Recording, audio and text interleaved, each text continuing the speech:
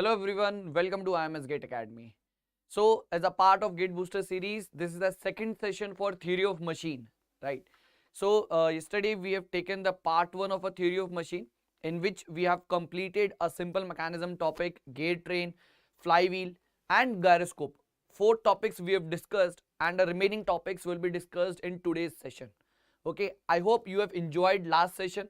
Okay, in this session also we'll be focusing on the numericals, which are what very expected questions will be there with regards to your gate examination. Okay, this will be what expected kind of numericals. Okay, so while solving numericals we will be discussing the concepts also. Okay, see, different numericals will be there. Let's suppose first I will be starting the vibration. So while solving I will also explain the concept. What is the basic concept behind that particular numerical that I will be discussing. Okay, Abhinav, hello, very good evening, Saurabh. Okay, so we'll start the session, everyone. In the meanwhile, please you can share the session to your friends also, okay, so that they can join and you can have a healthy competition in this session also. Okay, because we'll be discussing the numericals. Okay, right, so we'll start the session here. So these are the topics: vibration, balancing, governor and chems. These are the topics that we'll be discussing in today's session. Okay, now, so vibration is the first part. So this is the first question, guys. Yes, this is the first question. Everyone please try. This is the first question. Everyone please try and tell me the answer. Okay, from the vibration we are having, and the topic basically it is from the logarithmic decrement, one of the most important topic if I talk about this vibration chapter in theory of machine, right? So just try, everyone, and tell me the answer.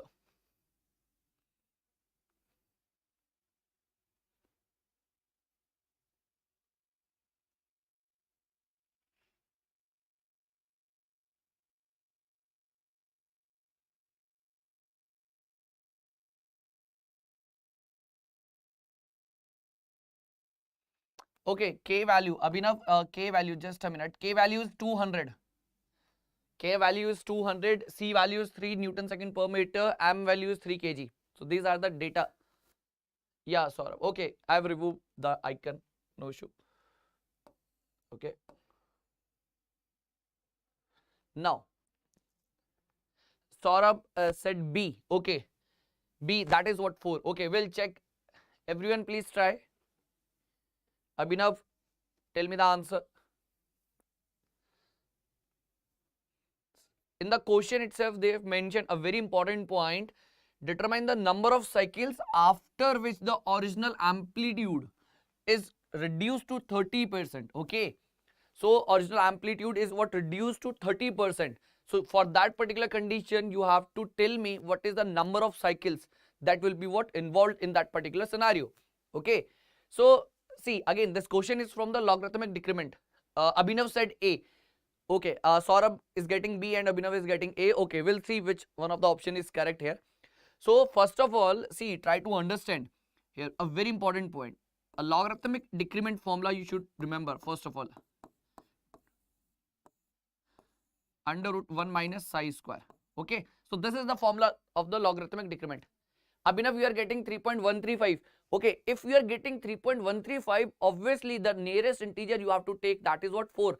3 you cannot take, okay, because obviously you are getting answer more than 3. So you have to select 4 only, right? So that's why, see, intentionally they have set what the option A is 3, because obviously students will get A, obviously they will get 3.135, and what they will think, the nearest integer will be the answer. Nearest integer will be the answer, but that is not the case here. Okay, we have to take the higher value. Yes, Abhinav, B is the correct answer here. So B is the correct answer, right? Okay, so see, your value is what correct, but you have to select this option 4, not 3.135, right?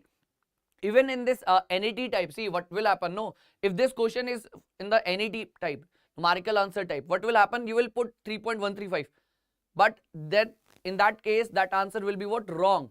Okay, because they are asking the cycle, so it has to be what, integer. It has to be what, in integer only. Okay, so we have to mention 4 as the answer if the question was in NIT. Okay, So this is the formula for the logarithmic decrement, and the C psi value you can easily calculate. It is equals to C by Cc, damping coefficient divided by critical damping coefficient. Okay, and critical damping coefficient you can calculate by this one, 2m omega n, right? Omega n you can easily calculate under root k by m, right? Easily you can calculate. So these are the basic formulas that you need to remember. Okay, I hope this point is clear. Everyone tell me, is this point clear to everybody? Is this point clear? So now how I will be getting the number of cycles point, right? So for that you need to remember the logarithmic decrement is also having a one more formula. Actually the answer you will get the same, but point you need to remember here is that a different variety in which number of cycles is what mentioned. Okay, ln x naught divided by xn. Okay, so as in the question itself they have mentioned reduced to 30%. So x naught is the initial amplitude, xn will be what, 0.3 of x naught. Okay, 0.3 of x naught it will become. So if I write, see this is the formula that I need to take. Okay, delta logarithmic decrement value I will calculate from this one, and I will directly put this value in the equation 2. From equation I will get, yes Abhinav, exactly, that is what correct here. So what I will do here, directly I will take this thing.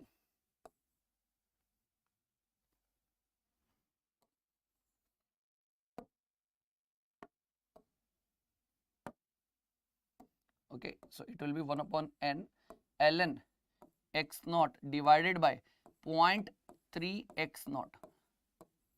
So from this one you will be getting the value of n, as we have already calculated this del value from this equation. So answer you are getting is what, 3.135, that Abhinav has told, 3.135, but we will take what, n value as 4 as the number of cycles. So option B will be what, correct. So sometimes intentionally they will give option A, which is what seems to be correct, but actually it is not correct. Okay, now moving forward here again. Yes, again one more question from this logarithmic decrement only, and again it is a simple one, you can solve it. Okay, just everyone please try and tell me the answer. Everyone please try and tell me the answer here.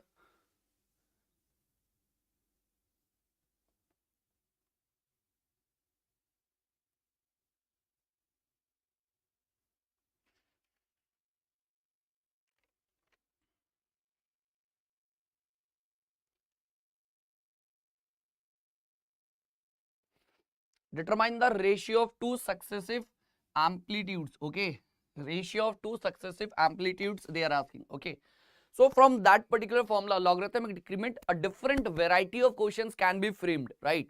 So if your fundamentals, if your concept is what strong in that particular topic, that is logarithmic decrement, you can solve any type of question. Okay, and if you see the PYQ also, a lot of question has been asked from this logarithmic decrement. So it is one of the most important topic of this vibration chapter. Okay, so Abhinav is getting B.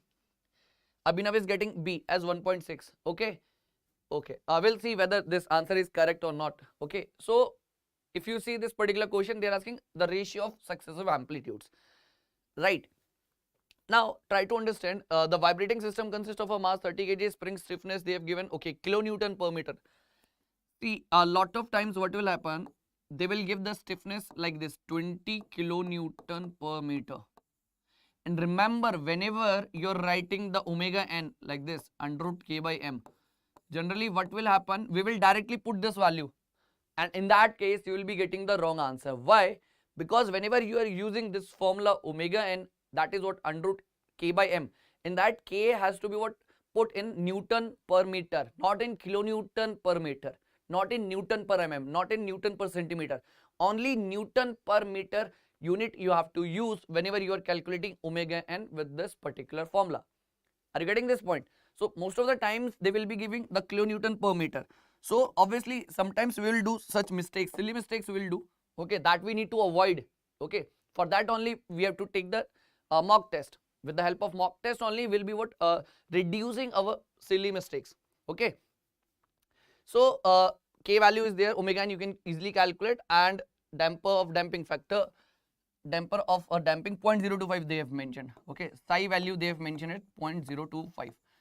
Now again If this value is what known to you, directly you can calculate the logarithmic decrement as what? 2 pi psi under root 1 minus psi square. Okay. So this is the formula that from which I will be getting the logarithmic decrement. But actually they are asking what? They are asking the ratio of two successive amplitudes. So for that I will be using this formula. Again, logarithmic decrement can be said equals to ln x1 by x2. We can put it like this. So del value we have already calculated from this formula. Okay, this one. From this one we have already calculated, and directly will use this value in this equation, and I will be getting the value of x1 by x2 from this equation. Okay, and if you put all those values, you will be getting 1.62. That is what the answer here. Okay, I hope Abhinav, you are getting this 1.62 only. Yes. Okay. Yes, B is the correct answer here. So actually, see, from the logarithmic decrement topic, you have to be what very specific about the formulas. You have to be what, see, understand how the formula we can use, how we can use the formulas in different situations. Okay, utilization of the formula is what very important here. See, del, you can write del logarithmic decrement like this. You can write like this. In the previous example we have used like this. Okay, and even you can use in the second numerical we have used like this. Okay, so there are various ways of representing the logarithmic decrement. Okay, you have to understand the each and every way of representation of this particular logarithmic decrement value, right? Because it is not necessary that always one form of logarithmic decrement will help you in solving the numericals. Okay, very good evening, Jagdish. So remember this point. See, whenever we are having different formulas, each and every formula will have their own advantages. Okay, so we have to what, remember those formulas, and for that you need to create your formula sheets. Okay, for chapter wise formula sheets you need to create, so that it will be what, very easy to remember those formulas. You can revise entire subject from those formula sheets itself, right? So I hope this particular point is clear to everybody. Now moving forward, find the natural frequency of this particular system. Okay, will be what, directly I will draw the diagram here, because I think the image is not here. Okay, so see, try to understand. See, natural frequency questions are what, very important.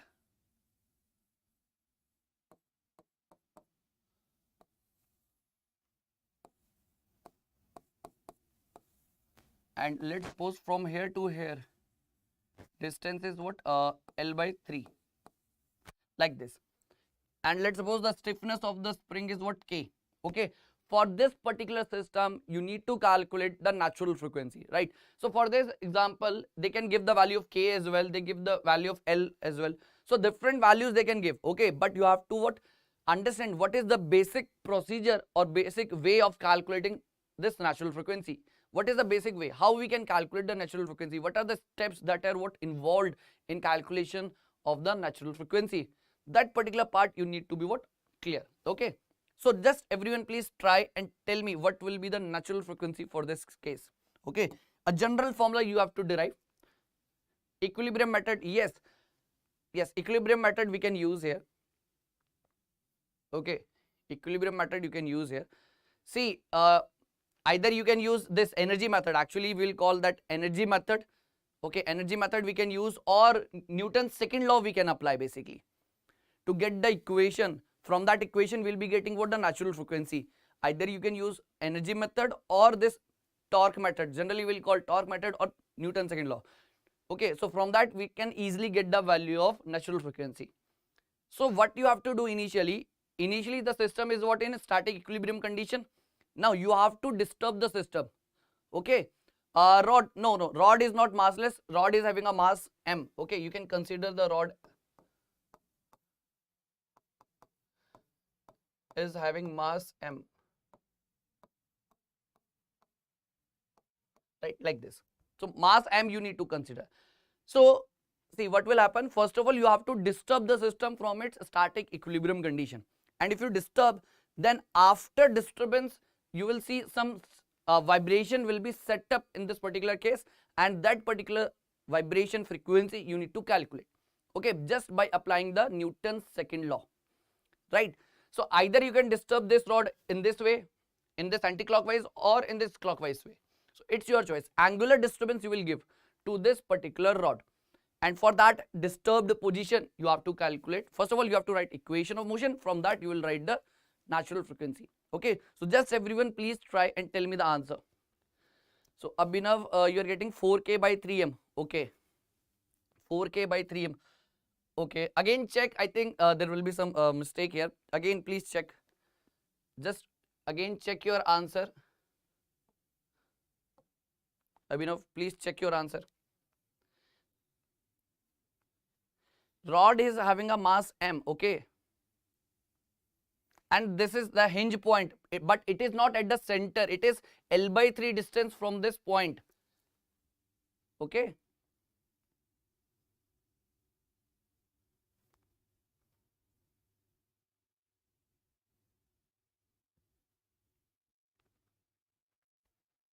so if it is L by 3, see, tell me, if this is L by 3, what would be this distance? It would be what? Total distance minus L by 3, right? Like this, correct? Like this it will be there. So it will become what? 2L by 3. 2L by 3. So this is the distance 2L by 3. Now, see, obviously this rod will have some center point. That center point, at the center point there will be what? The weight, that will be what? Acting. Weight will be acting at the center point. So I will assume this center point as C. This hinge I am considering as O, right? Now try to understand this case. Okay, now I am disturbing this particular case. So let's suppose if I disturb this case, what will happen? So I will use a different color here. So let's suppose if it is disturbed like this. Okay,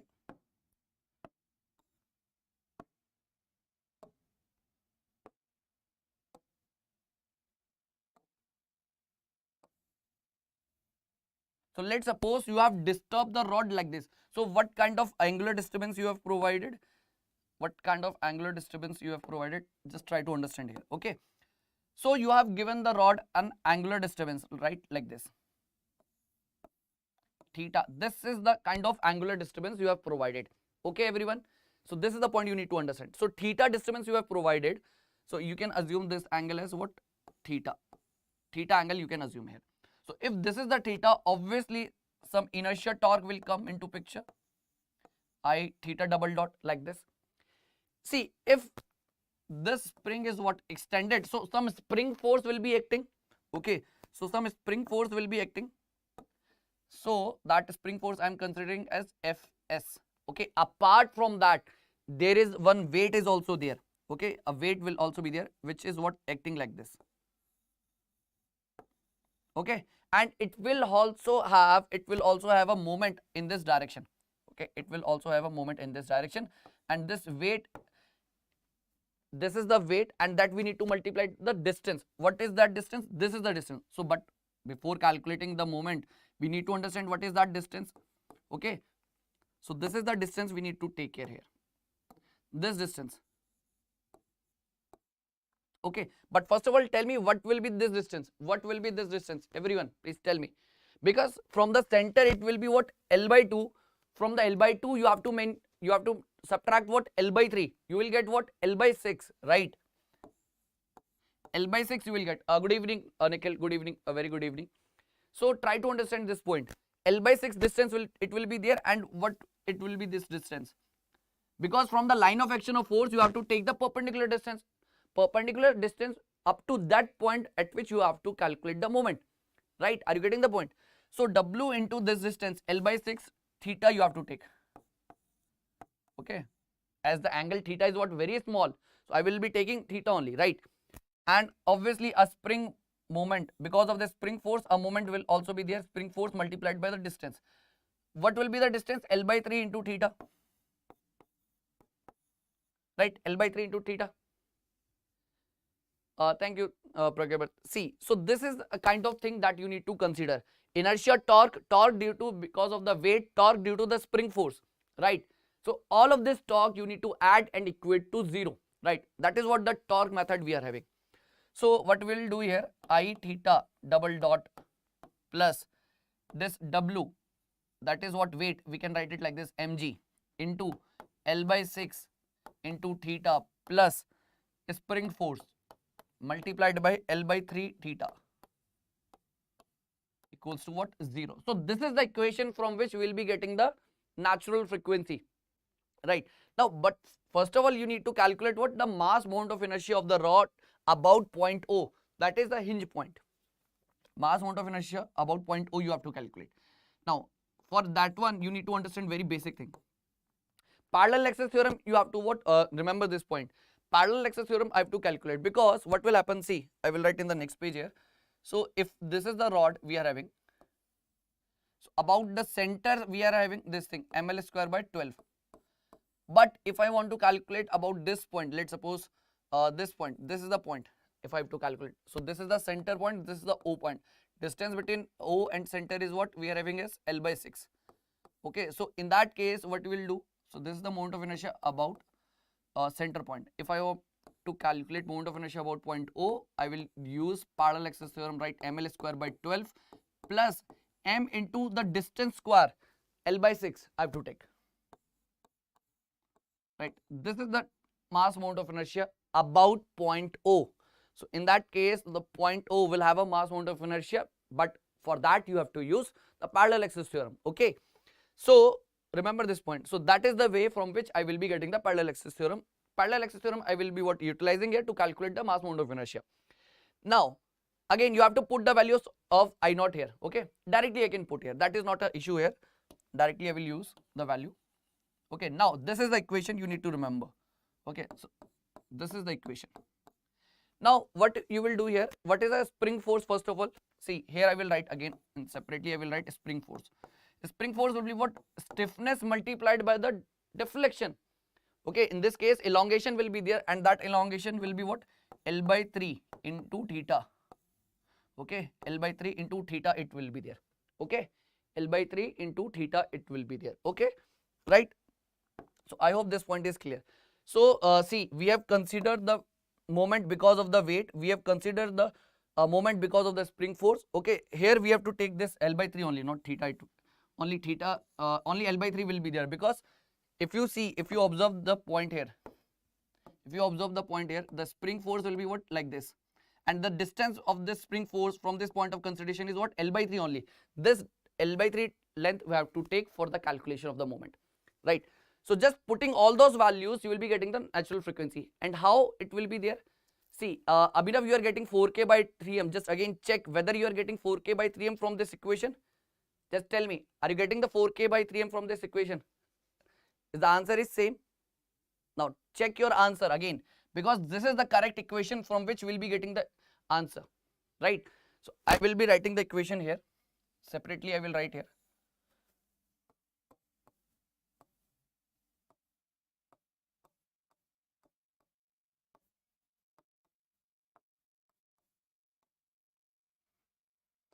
mg L by 6 into theta, okay, that is the distance. Fs, spring force, k into L by 3, k into L by 3 square it will be there into theta equals to 0. So for writing the equation, we'll be having like this, mg into L by 6 plus k into L by 3 square divided by mass moment of inertia. What is that mass moment of inertia? ml square by 12 plus m into L by 6 square. Okay, so this is the fraction, this is the expression for the natural frequency. Obviously we need to take the square root also, we need to take the square root. So finally, if you want to write this omega n, how it will be there? Under root, okay, I will use a different color here, under root mg into L by 6 plus k into L by 3 square divided by ml square by 12 plus m into L by 6 square, right? So this is the formula, or this is the equation from which I will be getting the natural frequency, right? Is that point is clear? Is this point clear to everybody, right? Tell me first. So see, again, this question seems to be what a very lengthy, but if you know the concepts, if your fundamentals are what strong, then this question becomes easy for you as well, right? This question becomes easy for you if you know the concepts and if you have practiced some questions with regards to this natural frequency, right? So in that case, this question becomes easy. Otherwise, it seems to be what tough, but actually it is not that much tough. Okay, yes, actually, Abhinav, what will happen? No, generally we'll forget the weight moment because of the weight. So that's why some mistakes will be there. So now I think you got the point. Okay, which points we need to take care, right? Okay, is that clear? Is there any doubt, Abhinav? Tell me, is there any doubt?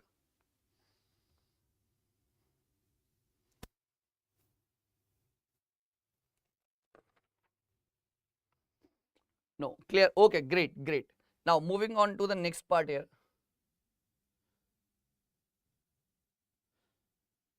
Just a minute.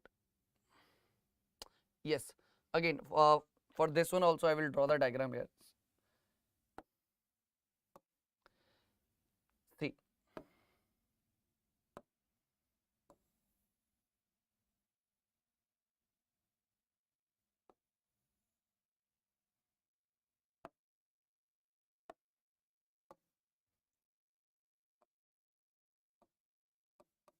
so again, see, this is the rod we are having, and here we have the spring.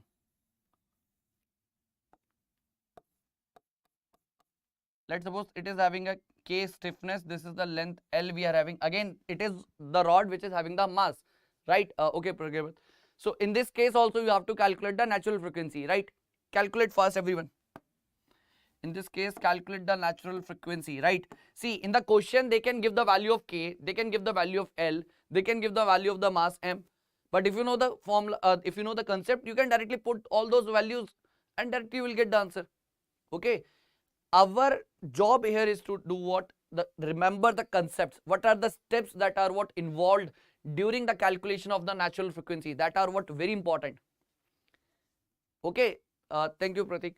So this is the question again from the natural frequency itself, right? So again, please try those important concepts here and calculate the natural frequency for this case also. Try, everyone. So step number 1 is what? Disturb the system from its static equilibrium condition. And for that disturb condition, you have to write the equation. Okay, you can use what?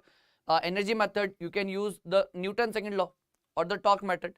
So based on your convenience, see, you can use any method. But here the torque method will help you a lot because it is again very simple and less time will be what required to solve this question from this torque method. Otherwise, if you use this energy method, it will take lot of time. Abhinav, you are getting what? 12 G by L plus K by M. Okay. Okay, okay. We'll see that whether it is correct or not. But again, in this case, you have used this moment of weight or not?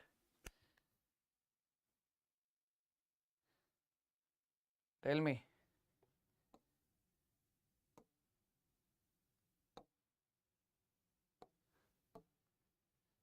Correct. Okay. Now see, first what we'll do, I will disturb this particular rod. Okay. At CG, weight will act. Yes, absolutely. Correct. So,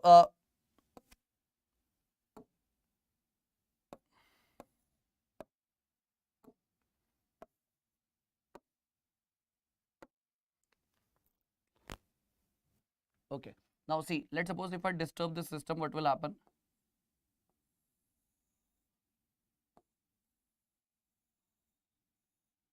Okay. With this angle theta, if I disturb the system, what will happen? Right. Now try to understand. So obviously, the spring, in the spring elongation will be there. Correct. In the spring there will be the elongation. Correct. Now one more thing we need to take care, that is what? The weight that is acting at the CG center. At the CG the weight will be acting. Okay. Now try to understand these points. So we have disturbed the system like this. Okay. This is the angular disturbance that we have provided. Okay. Then in the opposite direction there will be what? The inertia torque. Okay. Inertia torque will be there. Now, if you consider this spring, what will happen? Elongation will be there. In which direction the spring force will be there? This is the direction of the spring force. Why is it so? Because it will try to restore its original condition, right? So spring force will be in that direction. So obviously the movement direction will be like this only. So spring force multiplied by the distance. What is that distance? L. Correct? L distance will be there. Weight, again, weight will also try to what? Restore its own condition. So moment applied by the weight will also try to ensure its original condition. Okay. So again, the moment because of the weight will be like this. W multiplied by, see, L by 2 we need to take. Okay, because this CG will be at the center only. L by 2. L by 2 into theta I have to take. Okay, L by 2 into theta, because this distance I have to take, right? This is the distance for the calculation of the moment because of the weight. Now I have written down all the moments here. So first of all, what is the basic step you need to follow? Write down all the moments. Now add all the moments, right? What I will do, I will add all the moments. I theta double dot plus spring force multiplied by L plus weight into L by 2 equals to what? 0 here. Okay, so this is the equation, right? So this is the equation. Now mass moment of inertia. What will be the mass moment of inertia? Tell me. Abhinav, tell me what will be the mass moment of inertia in that case? What will be the mass moment of inertia value? This is the rod which is hinged at one of the ends. So what will be the mass moment of inertia value? What is the mass moment of inertia value? Because if you observe this particular rod, it is hinged at one of the end. ml square by 12. No, Abhinav. See, again, see, you have done a mistake here again. If this is the rod, we are having the mass moment of inertia about the center. About the center, we are having ml square by 12. Only about the center. Let's suppose if I want to calculate about this and A. So what I will do, I will write first mass moment of inertia about the center plus I need to take mass into, and whatever the distance is there from the center to that point, L by 2 square. Parallel access theorem we have to use, right? So if you add all those things, what you will get? ml square by 3 you will get. ml square by 3 you will get. Okay.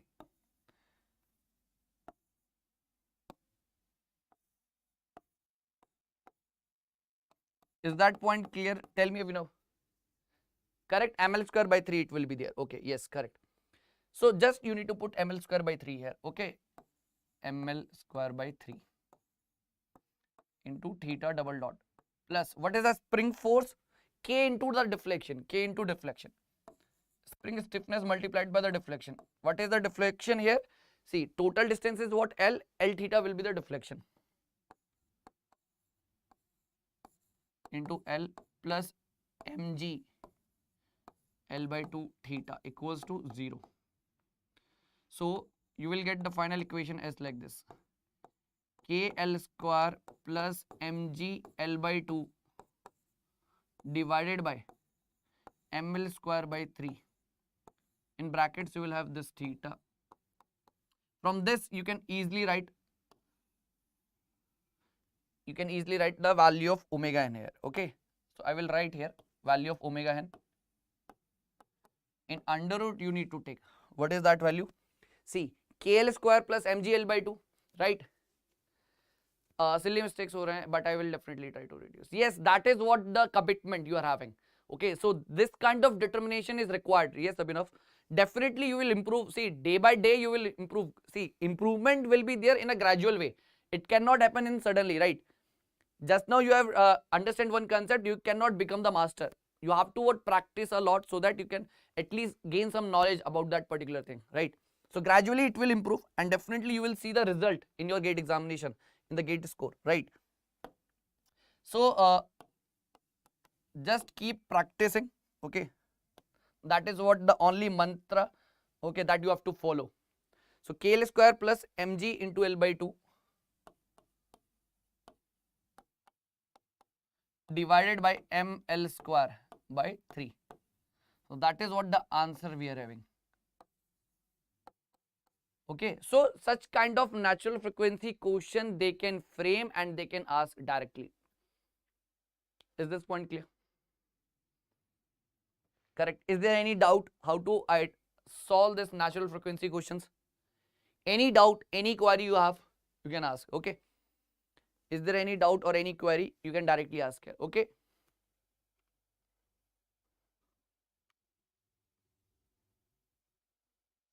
No. All clear. Great. Superb. So see, two questions we have discussed. Okay. This is the first question that we have discussed from this natural frequency. Next, we have discussed this thing. Okay, this one. So I hope from this two questions you get the knowledge how to solve, how to deal with this natural frequency questions. Now coming to the next part here. Yes, this one. Try to solve this one and tell me the answer. Okay. Again, very important question, and you will see a very number of questions from this topic also. When I talk about this vibration chapter, transmissibility, magnification factor, these are the topics from which generally they will be asking a question. So from the entire theory of machine subject, vibration plays a very important role. It has the highest weightage in that particular subject in theory of machine. If you see total number of PYQ question, only from this vibration chapter you will have more than 30 to 40% questions from this single chapter.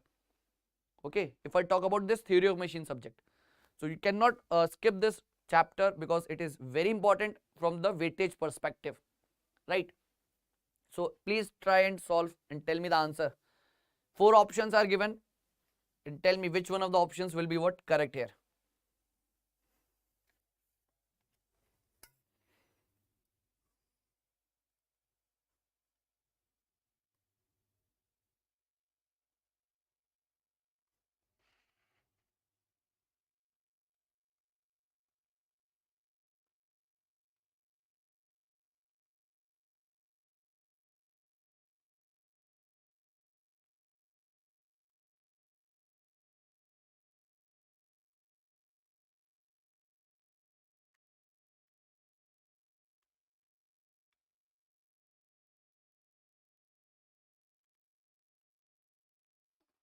Fast, everyone, please try and solve this question and tell me the answer.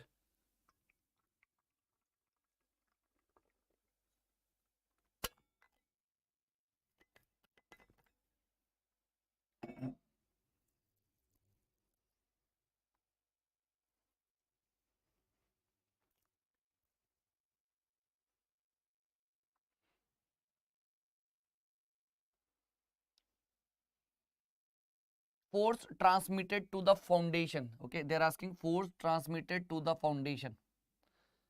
Which concept you will what use there to solve this particular question, right? If you remember in this theory of machine chapter vibration, we have discussed a very important concept of vibration isolation. In that we have discussed a term transmissibility.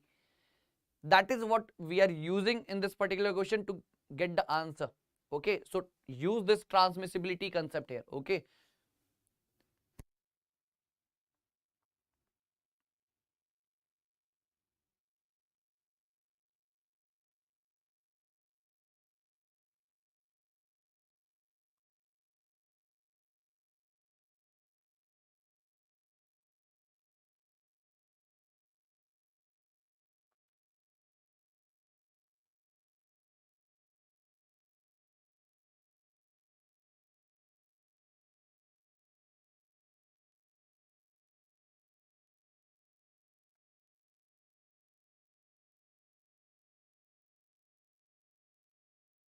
What answer are you getting, Abhinav? Tell me fast. What is that answer? Force transmitted to the foundation, right? See, transmissibility concept will help us in solving this particular numerical, right? Body of mass, again, see, if you read the question, mass 100 kg they have given, supported on a springs of total stiffness 1200 kilonewton per meter, rotating unbalanced force of 500 newton at a speed of 5000 rpm. Damping factor they have given as what? 0.3. So force transmitted to the foundation they are asking. Okay. So if you remember the term transmissibility, for that what is the formula? 1 plus 2 psi into r whole square divided by under root 1 minus r square whole square plus 2 psi r whole square. Right. So this is the transmissibility formula that we have to use here to get the answer. Okay. Put the values and get the answer here. Okay. Just put the values and tell me what will be the value of transmissibility ratio. What will be the value of transmissibility ratio? Right.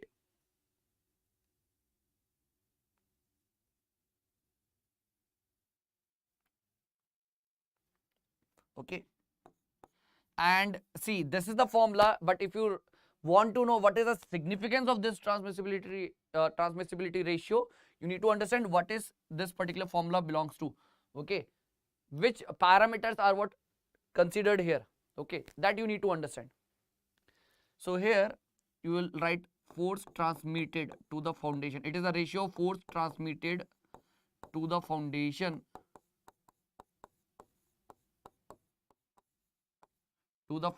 force transmitted to the foundation divided by the unbalanced force. Unbalanced force or the disturbing force. So from this relation, what you will understand, what is the significance of this particular transmissibility ratio? It will suggest us the performance of our vibration isolation system. So this much is the unbalanced force or the disturbing force, that, and out of that particular unbalanced or disturbing force, how much amount of force gets transferred to the foundation. So it actually calculates the performance, or it will measure the performance of your vibrating isolating material. Vibrating isolating material performance will be checked by calculating transmissibility ratio, right? So just calculate the transmissibility ratio. Unbalanced force they have mentioned 500 Newton. Directly you will multiply and you will get the force transmitted to the foundation, right? That is the thing you need to apply here. So unbalanced force they have given 500 Newton. Everything you need to put here. Okay, you will get some relation, some decimal point, some fraction, some point you will get. Okay, obviously if you put all those values, transmissibility ratio you will get. Okay, maybe less than 1 or around some value you will get, and if you multiply that value with the unbalanced force, you will get the force transmitted to the foundation.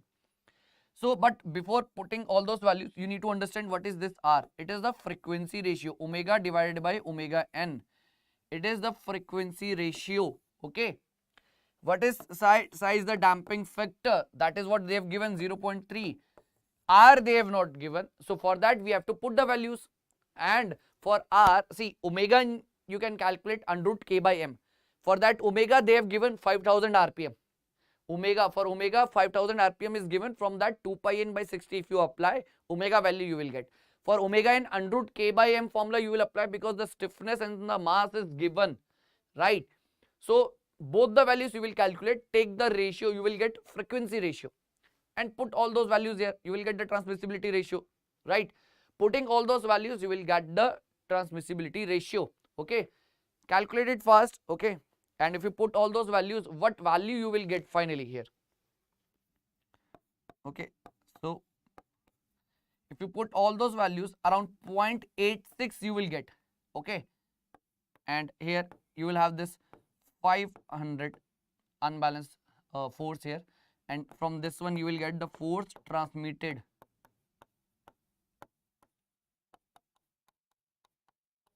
to the foundation.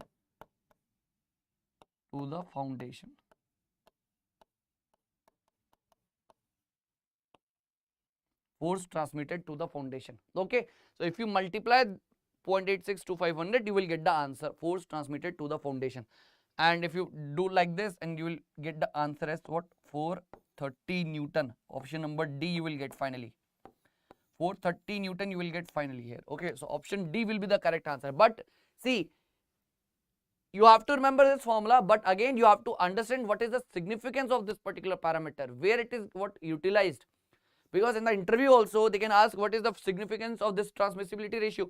In that case you will not tell the formula, okay, you will tell actually sir it will measure the performance of our vibrating isolating material. Whatever vibration isolation system we have utilized, for that performance will be checked by calculating this transmissibility ratio. Okay, so that is what very important part.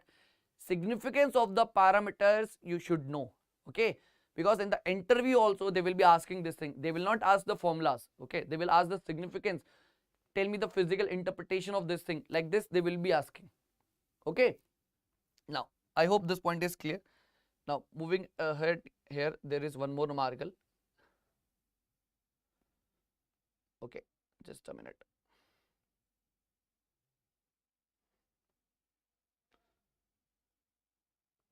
Okay, no problem. There is one numerical is there that we need to calculate, in which amplitude is there. That amplitude of vibration we need to calculate. Okay, amplitude of steady state vibration. Okay, so just remember this point. Actually, I'm just writing that particular concept here. Okay, so just try to focus here. Magnification factor. Magnification factor.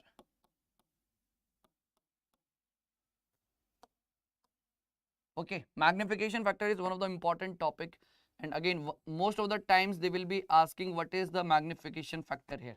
Okay, or sometimes they will be asking calculate the steady state amplitude, calculate the amplitude of steady state vibration, right? What do you mean by this steady state vibration? When this vibration amplitude is what independent with respect to time. That's why we are calling it as steady state vibration amplitude, because with respect to times the amplitude will not get changed, so it is independent of the time. It will be what independent of the time. That's why we are calling it as steady state vibration amplitude, right? So tell me, is this point is clear everyone? Is this point clear everyone? Fast. So magnification factor is the ratio of the amplitude of steady state vibration. Amplitude of steady state vibration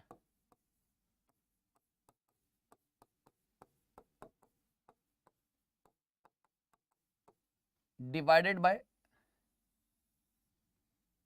static deflection.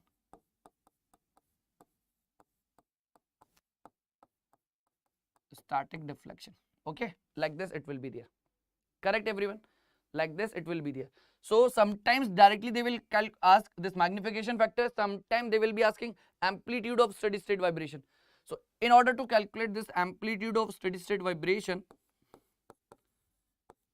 you have to multiply magnification factor with the static deflection.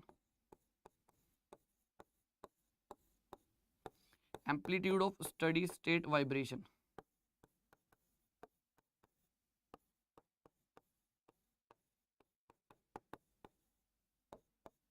Okay, so static deflection will be what? F naught divided by K. Simply the force divided by the stiffness, you will get the static deflection, right? So F naught by K directly you have to multiply with this magnification factor. Okay, and in the denominator you will have this thing, 1 minus R square whole square plus 2 psi into R whole square. And you already know what is R. R is the ratio. What kind of ratio it is there? Frequency ratio, omega divided by omega n. Omega is the frequency of the disturbing force, omega n is the natural frequency of the system, right? So this formula will help you in order to calculate the amplitude of steady state vibration. Sometimes they will be asking directly MF or this amplitude of steady state vibration. Now you need to tell me, this magnification factor will depend upon which parameters? On which parameters it will depend? Okay, so if you observe the formula of the magnification factor, okay, if I just write MF here, okay, if I just write MF magnification factor, it would be like this. Okay, it would be like this, 1 divided by 1 minus R square whole square plus 2 psi into R square, under root you need to take here. Okay, so this is the formula for the magnification factor, and if you observe this formula, You can tell me that, sir, MF is what function of this R and psi. Damping, see, yes, psi, damping factor and this R. So magnification factor, it will depend on these two parameters. Now try to understand. It's a function of R and psi. So now let's suppose if I'm assuming this psi value is what constant. So constant damping factor is there. In that case, this magnification factor will be a function of only R. Right? Is that point is correct? Now can you tell me for which value of R this magnification factor will be maximum? For which value of R this magnification factor will be maximum? Can you tell me? Because this particular concept is what very important for your GATE. Theoretical question they can ask, or they can frame a MSQ also, right? They can frame a MSQ question also. Are you getting the point? So for psi, constant magnification factor will be as a function of R only, and for magnification factor to be maximum, okay, simple funda. What is the basic principle of maxima and minima? Simply you will do what? You will differentiate this magnification factor with respect to R, equate to 0, and you will get the value of the R here. Okay. For that value of R, you will get the magnification factor as maximum. No, for R equals to 1, no. For that value, magnification factor value is not maximum. Again, Abhinav, please check. If you differentiate the magnification factor with respect to R, equate it with 0 and tell me what value of R you will get. Because that value will have a magnification factor as maximum. Right? Just calculate, just differentiate and tell me what will be the value here.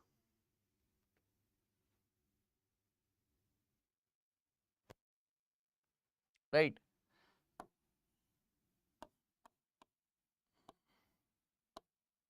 Okay, remember this particular value of R. Okay, see how question can be framed. See, such questions can be framed. Tell me the value of R for which my magnification factor becomes maximum. And generally what will every student will think, okay, so for when omega equals to omega n, for the resonance condition, the magnification factor will be what? Maximum. No, that is not the condition here. Okay, that is not the condition here. Remember this point. Yes, Abhinav, absolutely correct. Under root 1 minus 2 psi square, that is what the damping factor square. Correct? So that formula is what very, very important here. Okay. Very, very important. So this point is what you can consider as a special note points for your GATE examination. Directly you can have a question from this one. Directly you can expect some questions from this one, right? Okay. Now if I ask if R equals to 0, if I ask this particular thing, if R equals to 0, what will happen to magnification factor? So for that you need to understand what is magnification factor. If R equals to 0, magnification factor will become what? 1. Yes, exactly. Magnification factor will become 1. Right? Correct? Magnification factor will become 1. So this is the point. And if let's suppose if I ask you this point, under what condition magnification factor is what? Infinite. Can you tell me under what condition magnification factor will become infinite? Tell me the conditions. Tell me the condition under which magnification factor is infinite.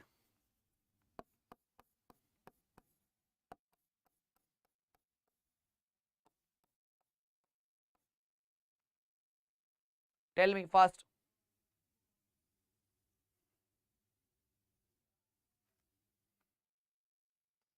You can see the formula here. Under what condition magnification factor will become infinite?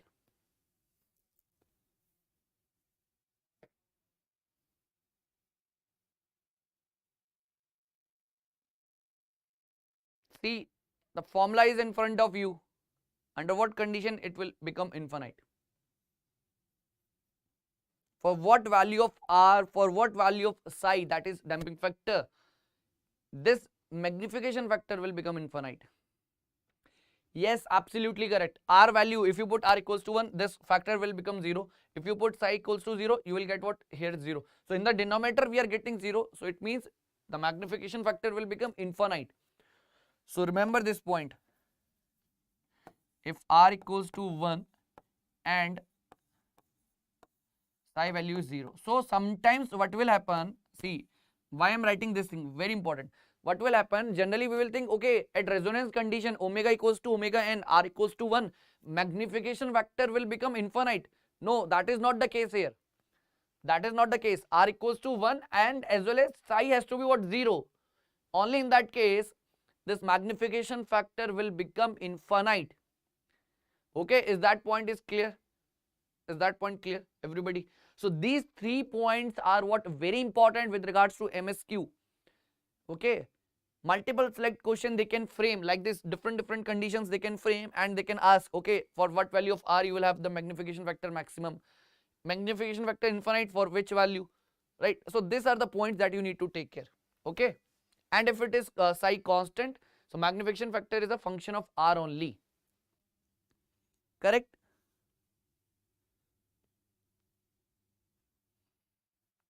Okay, correct. Now there is one more point. Let's suppose if they ask, see, in this question, in this particular case only, right, we'll write it here. Okay, we'll add a page here, no problem. So what will happen, see,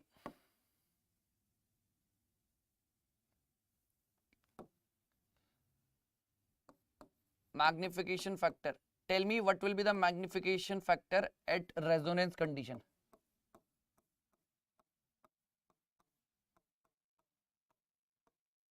Okay, this is the question. It will be what? Infinite?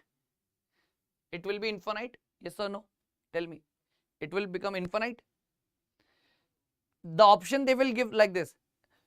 At resonance condition, magnification factor will become infinite. Is that point correct? Yes or no? 1 by 2 psi. Yes, Abhinav, that is what a very important point. That is correct. So at resonance condition, you will have this magnification factor as 1 by 2 psi. Okay. So this is the magnification factor, which is not the maximum case. This is not the maximum value of the magnification factor. Remember this point. It is not the maximum value. It is the value corresponding to the resonance condition. And what do you mean by this resonance condition? Omega equals to omega n. That is, R value equals to 1. Right?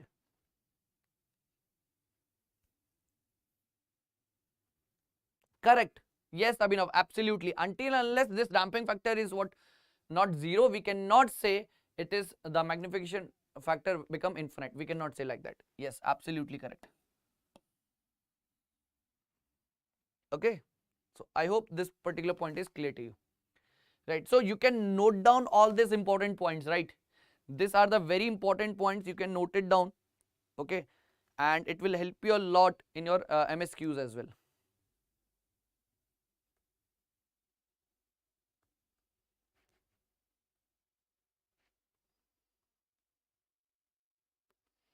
Done? Okay. Now moving forward here. So we have solved this one. Okay, now from this particular transmissibility ratio, again, that is what very important. Significance we have discussed. What is the significance? It measures the performance of vibrating, isolating material or the system. It will measure what? The performance, right? Now different questions can be framed from this relation also. Different relations can be questions can be framed. Okay, so we'll check those things also here. This transmissibility ratio. First of all, we'll write the formula.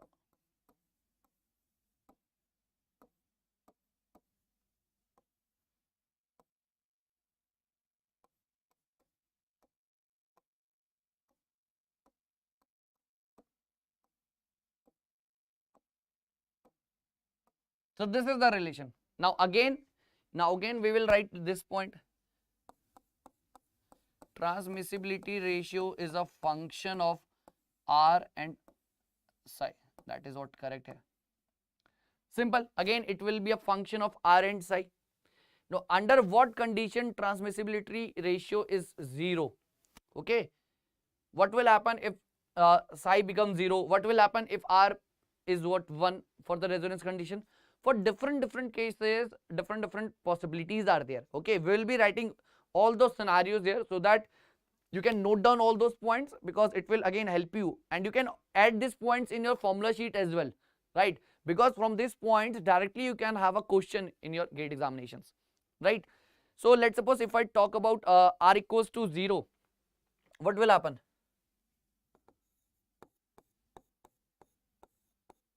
If R equals to 0, what will happen? Okay. What will happen if R equals to 0? Tell me. What will be the value of transmissibility ratio? Yes, that is what correct. Transmissibility ratio becomes 1. Okay, transmissibility ratio becomes 1 here. Okay. Or is there any other value also? Is there any other value also for which transmissibility ratio becomes 1? Is there any other value apart from this R equals to 0 for which this TR fraction becomes 1? Is there any other value?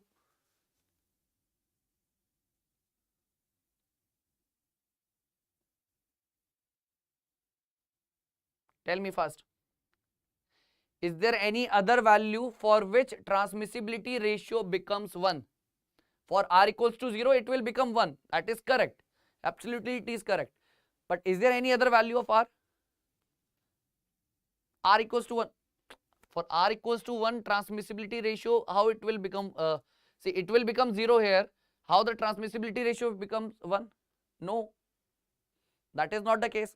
If you put R equals to 1, this fraction will become what? 0. Only this thing, numerator will be there and this one will be there. Right? See, or R equals to root 2. These are the 2 points for which transmissibility ratio becomes 1. Clear? Just put the value of R as root 2 and you will get what? You will get the transmissibility ratio as 1. Clear? Is this point clear, everyone?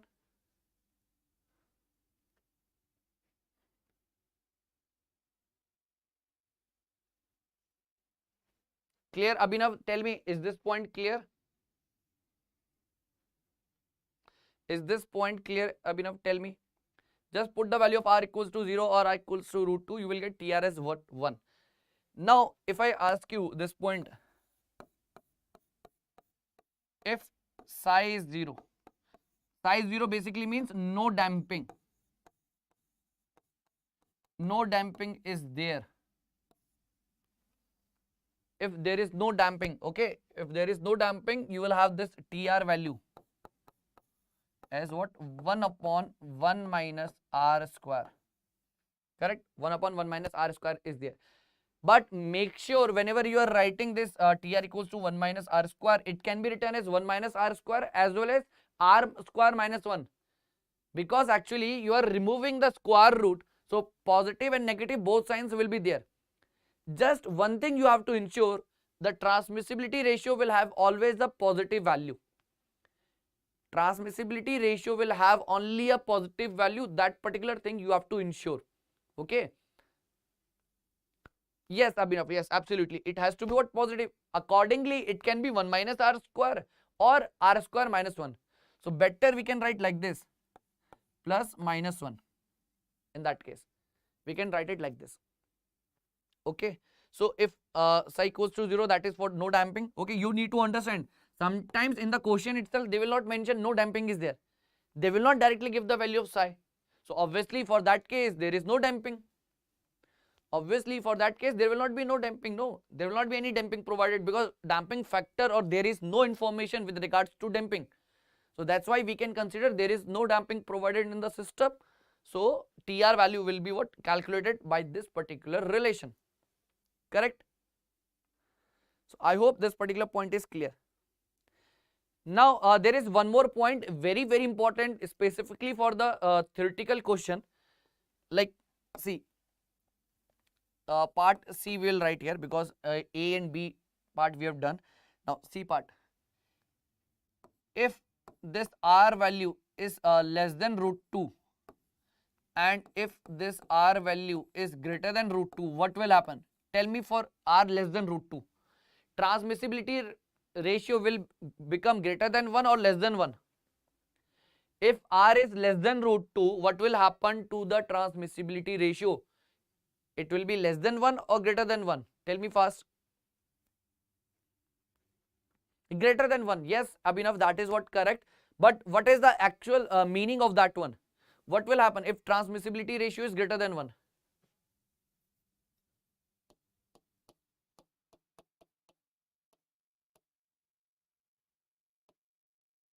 What will happen if transmissibility ratio is greater than 1?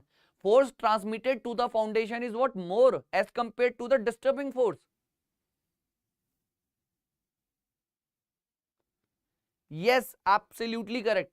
So under such scenarios, will the damping is what advantageous or detrimental to our system? Tell me this point. Damping will be what? Advantageous or detrimental? First,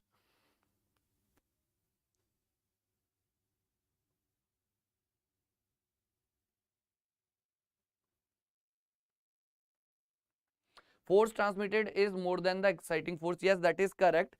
But if R is less than root 2, damping is what advantageous, right? Damping is what advantageous. It will not hamper. Damping will be what advantageous, because in that case we will apply more damping. Okay, so that we can reduce that particular thing. Damping will be advantageous, right? In the second case, it will be what? Detrimental.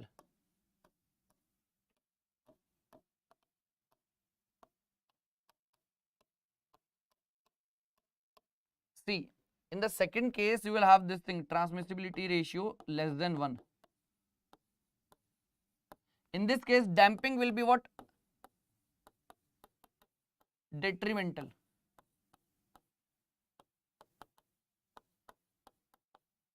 Or you can say harmful. See, why? Because if R is less than R is greater than root 2, automatically transmissibility ratio is less than 1. So if we are providing extra damping, it will again what? Hamper your situation. It will hamper your situation. It will hamper, or it will be detrimental to our situation, right? Because already if R is greater than root 2, transmissibility ratio is less than 1. That is what the favorable condition. But for that favorable condition, if you apply this damping, it becomes detrimental for the scenario, for the system, right? But when the transmissibility ratio is greater than 1, obviously we will be what? Using what? This dampers, which will reduce the vibration amplitude. We will use what? Dampers, we will reduce the amplitude of vibrations, right? Because of that particular damper devices, right? So that's why damping is advantageous when R less than root 2, for that is transmissibility ratio greater than 1. For less than 1, damping is what? Detrimental or harmful. So this point again a very important one, okay? And obviously you can expect some MSQs or MCQ question from this one, theoretical question they can be asked, right? So now moving on to the next part, balancing. See, from the balancing we'll solve a numerical here, and everyone please try and tell me the answer. Maximum secondary unbalanced force they are asking. Tell me enough, what will be the answer? Maximum secondary unbalanced force.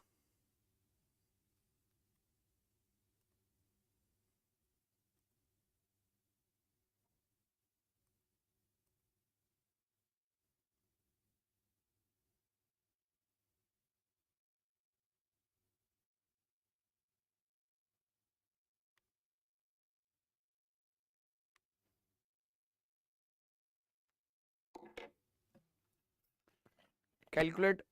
Again, it is a very easy one.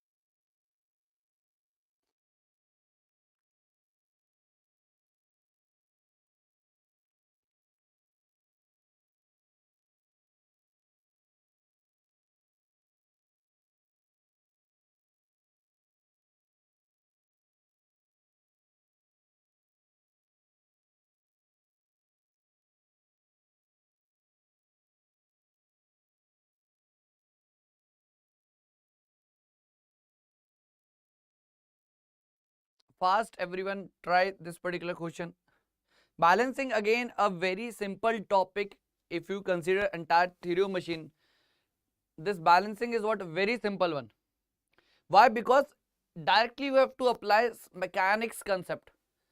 Directly you have to apply mechanics concept. Okay. So again, it is just an application of the mechanics concept, and it is one of the easiest topic, and very easy questions they will be asking from the balancing topic, right? So Abhinav, we are getting 1776.5. Okay. Option B you are getting. Okay. Option B you are getting. Okay. We'll see that one, whether it is correct or not. But before that one, just a small introduction we will consider, take here. Small introduction we'll take. Okay. So unbalanced forces, they are asking for the reciprocating masses. What will happen? See, first I will draw the cylinder part here.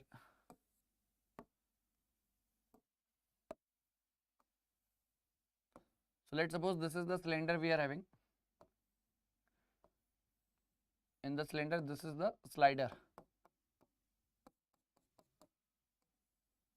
Connecting rod, okay.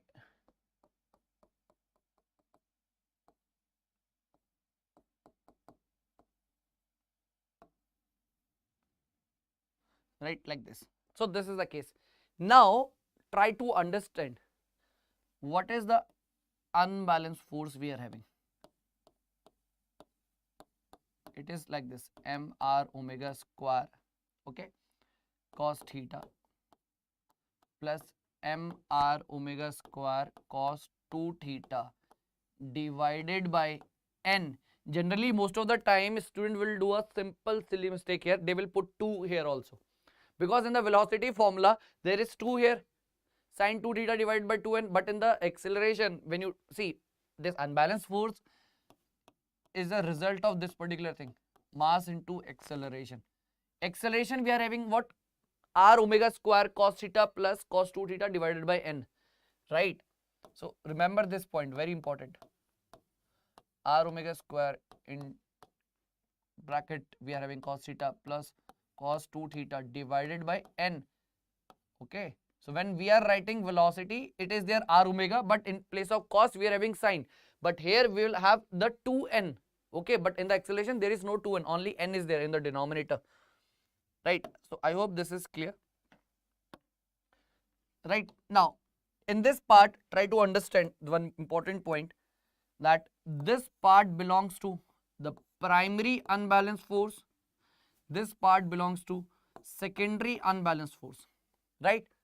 This part belongs to primary unbalanced force, this part belongs to secondary unbalanced force. So now if I look at the primary and secondary individually, so you will get what? See, primary I can write like this, mr omega square cos theta. Now again, in this case, if I ask what is the maximum value of primary unbalanced force, simply for cos theta is one value, you will have mr omega square, okay, mr omega square. So generally, most of the time, maximum unbalanced force we are considering as mr omega square. Maximum value we will consider mr omega square. So sometimes in the vibration also, disturbing force, whenever a reciprocating case is there, we will take mr omega square as the disturbing force. Whenever a reciprocation is mentioned in the vibration question, So we will take mr omega square as the disturbing force, right? Because of this reason, right? Now if I talk about the secondary unbalanced force, so it is what? mr omega square cos 2 theta divided by n, correct? Now for the maximum value,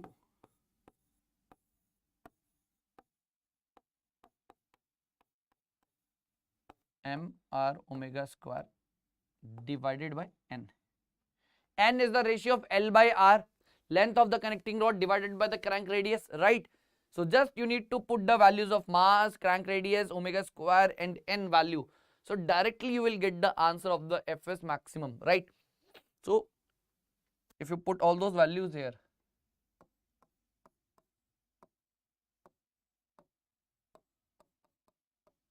okay, what are the values they have given? Mass 50 kg, stroke 300, and what they have mentioned, the speed is 240 rpm. Okay, stroke 300 they have mentioned. So mass is 50 kg, stroke they have mentioned 300, so here it will be 1.5 into omega square, that is 2 pi n. What is the speed? 240.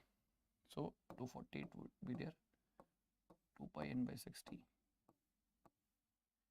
divided by n. N is what? L by R, that is 0.3 divided by 0.15. So remember this point, always remember this point. Whenever stroke length is given, no, whenever stroke length is given, it is twice the radius of the crank. Twice the radius of crank.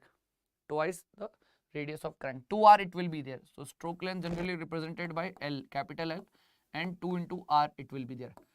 Twice of crank radius it would be there. Okay, stroke length. So generally they will not directly give you the crank radius, they will directly give you the stroke length. And if you don't remember this particular relation, then in that case you will not be able to calculate this value, right? You will not be in a position to calculate this particular value of secondary unbalanced force, maximum secondary unbalanced force. And if you put all those values, yes, your answer is what? Correct, option B, 1776.5 Newton it would be there. 1776.5 Newton it would be there. Okay, so see again, balancing part is what? Very simple. If I talk about the balancing of the rotating mass, again it is the case of mechanics. It is just an application of the mechanics concept that we have discussed in engineering mechanics. Why? Because see, in the balancing, what is there? Some unbalanced system is there, we will apply some balancing mass. So what will happen? Our system will be in balanced condition, and under balanced condition, equilibrium conditions we can apply. And what do you mean by equilibrium? It is a state of balance only. So whenever a disturbing force is there in our system, we will try to make sure that that particular unbalanced force has to be what? Eliminated, or it has been what? Removed from the system. How we can have? We'll apply another force, but it will be just opposite in the direction of the unbalanced force. Equal in magnitude, but just opposite in the direction. So it will balance the condition. So our system will become what? Balance case it will become. Balance system it will be there. A redistribution of masses. See, actually distribution of masses, okay, you can consider that thing. See what happens. See, generally what will happen, if this is the shaft we are having, okay. So let's suppose because some mass is there, because of which unbalanced force is there. To balance that one, what will happen? I will apply a balancing mass. It will also have some force here. So this force will be what? Cancelled out with this one. This force and this force will be what? Cancelled out, and our system will be in a balanced condition, or balanced system it will become. So actually, because see, why we are representing this as a mass here, it is not necessary that some mass is what attached like this. It is not like that. Actually, because of the, see, during manufacturing itself, when you manufacture something, no, because of the non-uniform distribution of the masses, there will be what? Unbalancing in the system. Let's suppose, for example, if I tell you, let's suppose, again consider a disc here. Okay, consider a shaft here. Any shaft you can consider. Let's suppose this is the bearing we are having. because bearings will support the shaft. So let's suppose this is the disc we are having. Okay, this is the disc. Ideally, what will happen? The center of gravity should be here. It will be what? Lying on the axis of rotation. The center of gravity of the disc should lie on the axis of rotation. But generally what happens when you manufacture a disc, if there is not a proper uniform distribution of mass, then in that case the center of gravity will not lie at the geometric center. Center of gravity will not lie at the geometric center. And in that case, what will happen? Let's suppose it is not having a uniform distribution of mass. So in that case, center of gravity will be here only. Center of gravity will be here. And under such conditions, what will happen? A unbalanced force will be there. A unbalanced force will be there. Okay. So it is not always that because of some mass that is what attached to the system, and because of that unbalancing is there. There is always some reasons like manufacturing defect. Because see, uniform distribution of mass has to be there, but because of some manufacturing defect, because during casting itself, because let's suppose we have to design this disc, we'll use the method of casting.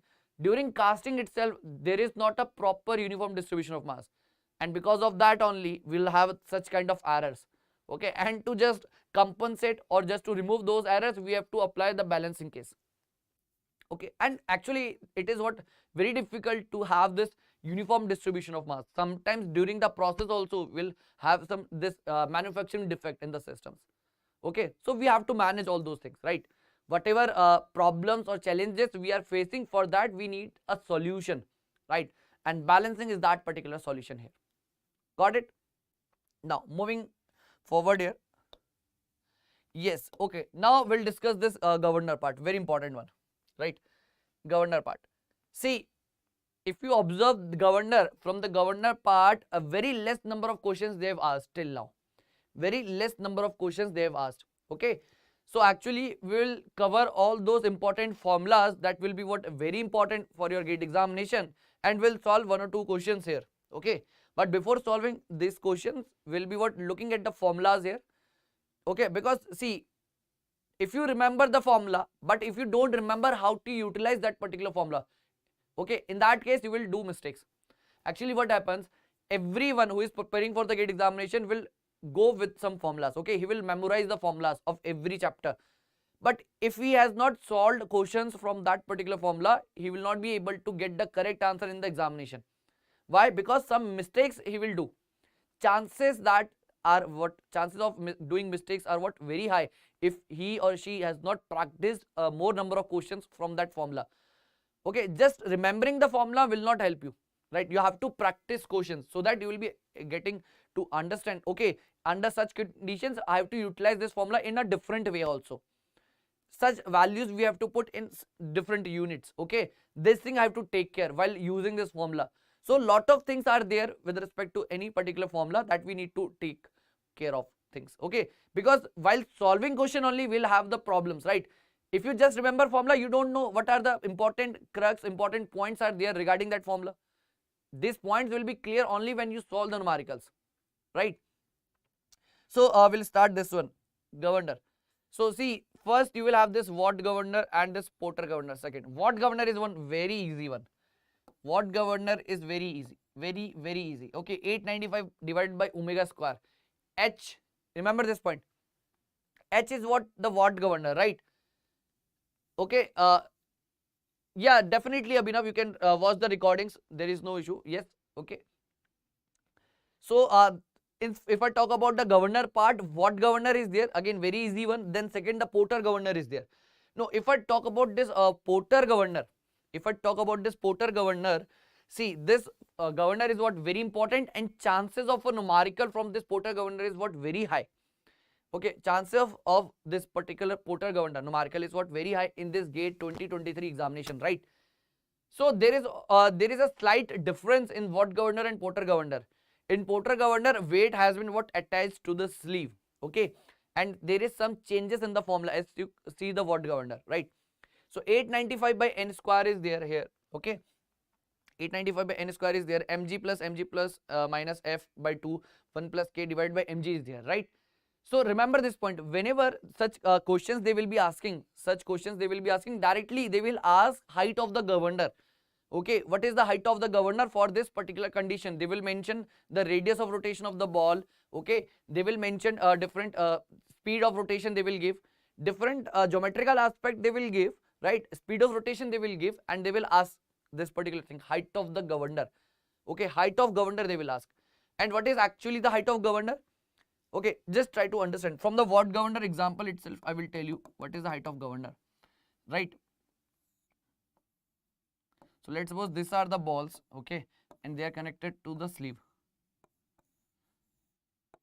right, like this, correct? This is the case. Now try to understand, this is the ball center. From here to here, this is the point of height governor. This is the case of height governor, right?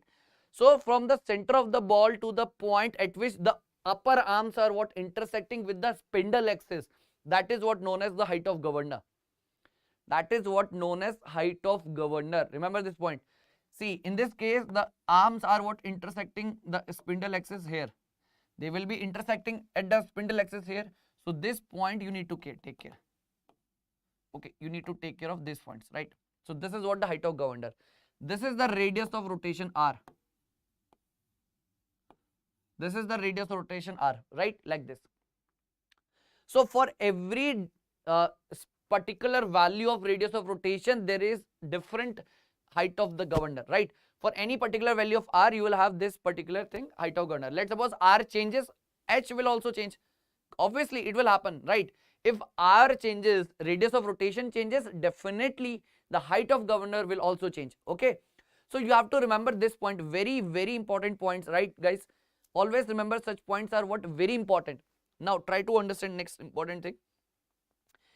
In the Porter governor, 3 important note points you need to consider. 3 important note points you need to consider, right? Okay. First point, see, if this formula is there, k value will be what? 1 only when then 10 alpha equals to 10 beta, right? So when you draw the diagram, there will be what? Alpha and beta, it will be there. Okay. Watt governor is this one, right? And the Porter governor formula is this one. And if you take the ratio, you will get this one. So again, I am writing here h of the Porter, height of the Porter governor divided by h height of the Watt governor. It would be like this one. Okay. Small m plus capital M divided by small m, like this one. So this is the case of the ratio of height of Porter governor to the Watt governor. See, why we are using this one? Just to ensure what is the comparison. See, you will compare the different governors. See, whenever we are having different system for the same work, we will compare the performance, right? Governor is actually doing our work, right? In our vehicles, in different cases, we are using the governors, okay, to reduce the speed fluctuations. And we have different governors, so definitely we will compare those governors, okay? We will compare those governors. Performance we have to check, right? Okay, so height of the Porter divided by height of Watt will be like this one under some specific conditions. Like we have ignored the friction case, we have ignored the obliquity case, that is what we are considering k equals to 1. In that case only this formula will be applicable. Are you getting the point? Right? So if you consider next thing, see, if friction is considered, now sometimes friction is considered, they will give. If there is a long numerical, definitely they will give the friction as well. But when the friction value, you have to consider it as positive or negative. That is the point that you need to understand, right? If speed increases, obviously sleeve will move upwards, right? And the frictional force will be what? In the downward direction. And it will be considered as positive, correct? Now when the speed decreases, sleeve moves downwards. Okay, whenever speed decreases, sleeve moves downwards. And the frictional force will upwards. Frictional force will act in the opposite direction. See, direction of the friction force will depend upon what the relative tendency of motion is there. Because friction force will always oppose the relative tendency of motion. Friction force always opposes the relative tendency of motion. That is what the very important point you need to understand. Correct? Okay. Now, Pro-wheel governor. Now you need to focus on this Pro-wheel governor because see, Watt and Porter governors are easy one, but there is some difference is there, a slightly more difference I can say with regards to this watt governor. If I compare the watt governor and the Powell governor, there is a lot of difference that you need to understand here. Okay, generally we are having the governor like this. Okay, we are having the governor like this. This is the spindle axis, this is the sleeve we are having. But now in this case, this is what the arm we are having, lower arm, upper arm. In the lower arm, you will have this extensions. You will have this extension. Balls are not what placed here. Earlier the balls are placed here. Now they are not placed here. Okay, they are not placed here. So what will happen? See, there is what an extension to the lower arm. There is what an extension to the lower arm, and which is not necessary to be what vertical. Which is not necessary to be what vertical here. Okay. So if you see this particular formula, AQ by PQ, what is AQ? See, this is the point of A, this is the point Q, AQ distance. What is PQ? P is the location of the mass here, and this is the point Q. AQ by PQ, and the same formula will be there that we have discussed just now with the Porter case. For the Porter case, see, if you remove AQ by PQ, remaining formula will become of the Porter governor only. So if you want to remember this Powell governor formula, just you need to understand what is AQ, what is PQ.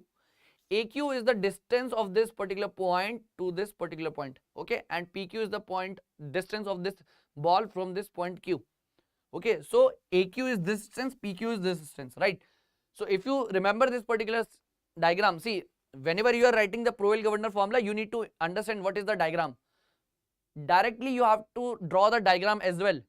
Whenever you are writing the Powell governor formula, in a simultaneously, in a parallel, you have to draw the diagram, because then only this formula will be what clear to you. Otherwise you will not be able to understand what is AQ, what is PQ. Okay, from the diagram it will be clear. So just try to focus on the diagram also, then only this particular formula will be clear to you, right? Now moving forward, Hartnell governor, very important. Chances of numerical from this Hartnell governor is what? Very high. Okay, chances of numerical from this Hartnell governor is what? Very high. So see, two different cases we can have, maximum speed and a minimum speed, right? So range of speed they will mention, correct? So let's suppose, see, this is the ideal case. This is the ideal case. This is the ideal case. Okay. This is the ideal case. Now see, try to understand. If I draw this particular thing with other color. Okay, yeah. So this is what the ideal case we are having. Okay, ideal case we are having like this. Okay, see, and this blue one I will draw with this blue one. Okay, so this particular point, this particular location of the arms is what we are having as the case under the maximum speed of rotation. For the maximum speed of rotation, this blue one, this is the case of rotation for the maximum speed. Whenever minimum speed is there, this is the case, right? And ideally this will be the case for the mean speed or the average speed for ideal case. But for the maximum speed, this is the case, and for the minimum speed, this will be the case, right? Now for different cases, see, this is the movement of the sleeve, this is the movement of the sleeve, and if I want to calculate the total movement of the sleeve, that is what lift of the sleeve, I will use H1 plus H2. I will use H1 plus H2, right? So directly you will put all those things and you will get the formulas like this. So remember, these formulas plays a very important role. If you remember these formulas directly, you will be able to solve the numerical very easily. In Hartnell governor, it is just a matter of fact. If you remember the formula, directly you will be able to solve the question. Directly you will be able to solve the question, right? So sleeve movement or the total lift, okay, that you can calculate from this one, and spring stiffness you can calculate from this one, right, with this formula. Now X is the horizontal arm, Y is the vertical arm. Sometimes they will not use this terminology, okay, they will use, see, you will have this thing, they will call this as a sleeve arm, okay, and this thing they will call as the ball arm, okay. So I can call it as horizontal arm, vertical arm, like that I can also call, right? But you also remember this is the sleeve arm because it is connected to sleeve. This is we are calling it as a ball arm because it is connected to the ball, right? So sleeve arm and a ball arm, both these terminologies are also what used in the case of Hartnell governor. These two formulas are what very important. Now coming to the numerical part, So just try to solve this question and tell me what will be the answer in this case. Everyone, please try and tell me the answer.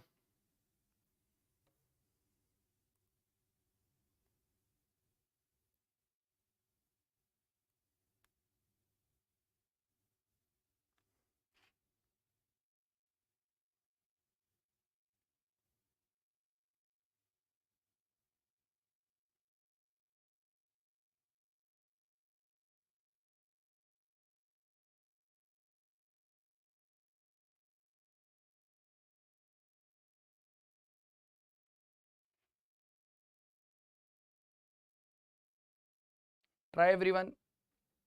Okay, so first of all, see, you have to draw the diagram, because without drawing the diagram, it is what very difficult to understand this particular question. Okay, so Hartnell governor, they have mentioned speed range. Okay, 390 rpm to 410 rpm. So I can consider this thing R2, N2, the highest speed of rotation. Okay,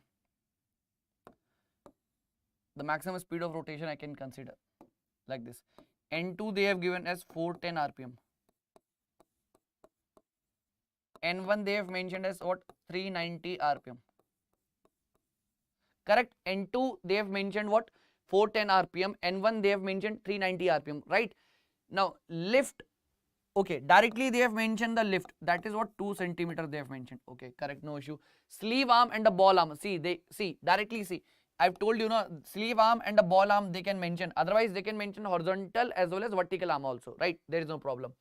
So I will draw the diagram also. 10 centimeter and 15 centimeter they have mentioned. Radius of rotation of the ball is 15 centimeter for the governor when the ball arm is vertical. Okay. Whenever this particular case is there, see, ball arm is vertical. See, they have mentioned this thing very clearly in the question itself. Radius of rotation of the ball is 15 centimeter from the governor axis, right? So first of all, I will draw the governor axis. Okay, so this is the governor axis and the radius of rotation of the ball is 15 centimeter. Okay, when the ball arm is vertical. So when the ball arm is what, vertical. Okay, then it is having a radius of rotation like this, 15 centimeter. Okay, so this is the case. And the speed of the governor is minimum. Okay, so they are mentioning for the 390 rpm. If the mass of each ball is 2 kg, determine the spring stiffness. Directly formula is what applicable here. Okay, directly formula will be applicable. See, what is the formula of the spring stiffness? 2 into y by x whole square into fc1 minus fc2 divided by r1 minus r2. Okay, so we'll write here. We'll write the formula here. Okay, so spring stiffness formula 2 into y by x whole square into c2 minus fc1. See, you can consider 1 as the maximum one or 2 as the maximum one. It is your choice. Okay, there is no compulsion in that case. R2 minus R1. Actually, I have taken the second 2 as the maximum case and 1 as the minimum case. That's why I am writing fc2 minus fc1. Otherwise, if I consider 1 as the maximum case, I will use fc1 minus fc2 in place of fc2 minus fc1. Is this point clear to everybody? Right. So directly you have to apply. But see, they have mentioned what, the only one radius of rotation, 15 centimeter they have mentioned. See, actually why radius of rotation is required? See, R1 value they have given 15 centimeter. For N1 value 390 rpm. But what about R2 value? How I can calculate R2 value, right? See, for that they have given the information of the lift. What is the formula of the lift here? Okay, x divided by y, R1 minus R2. Okay, h equals to x divided by y. R2 minus R1 I am writing because R2 is the maximum case. R1 is for the minimum case. So h value we know 2 centimeter it is there. Horizontal and vertical arm. Okay, first of all I will write this thing. Sleeve arm is what, 10 centimeter. Ball arm is what, 15 centimeter. Okay. X and y values are clear. H value is also clear. R1 value is also clear. R2 value I can calculate from this relation. Yes or no? Very important. So 2 centimeter they have mentioned. X value 10 divided by 15 1. Okay. R2 value I need to calculate. What is R1? 15. Okay. 2 into 15 30 and it will become what? 3. It will become R2 value will be what? 18 centimeter, right? See, that's why they have given the value of lift, no, so that we can easily calculate R2 value. Clear? So that we can easily calculate R2 value. Okay, so R2 value is clear, right? Okay, now spring stiffness we can easily calculate because R2 value is what known, Y and X value is clear. What is FC2 and FC1? Okay, what is FC2 and FC1? See, it is nothing but the centrifugal forces, mr omega square. Mr omega square is there, right? Okay, so directly I will apply this thing. FC2 mr2 omega 2 square, FC1 mr1 omega 1 square, right? Like this, correct? So see, for calculation of omega 1 we are having this formula, 2 pi n1 by 60 omega 2 2 pi n2 by 60, right? Like this we can use the formula and calculate the omega 1 as well as omega 2. Okay, so FC1 and FC2 value you can easily calculate and put all those values here and you will get the value of spring stiffness as well, right? So I hope the formula is clear, how we can use this stiffness formula as well as how we can use this particular lift formula. Okay, that is what a very important case, right? See, if you know the formula, then there are chances that you can attempt the question, but it is not guaranteed that you will get the correct answer. See, for that you have to practice question. Practice is the ultimate key here to get the success in the GATE examination, right? So you have to practice a lot so that you will be getting the confidence in solving the numerical with regards to any concept, with regards to any chapter or any subject. Okay, you need to practice numericals, because by doing the numericals only you will be applying the concept. If you just read theory and theory, you will not get the knowledge, you will not get the understanding of the concept, because when you solve numerical, it will be the implementation of the concept that you have understood in the classes. So while solving numericals, you are applying the concepts. So implementation, execution, tendency will improve while solving numericals. Okay, that is what required in the GATE examination. See, why the GATE examination has more number of numerical as compared to theoretical questions? More than 80 or 90% numericals are there. Why they are asking numericals? Because in numericals we are applying the concepts. It is the application of the concepts. Execution we are doing, right? Whatever knowledge you are having, you have to apply those things, implement those things, okay, to get some results. That's why in the GATE examination numericals they are asking. Otherwise they can ask any theoretical question.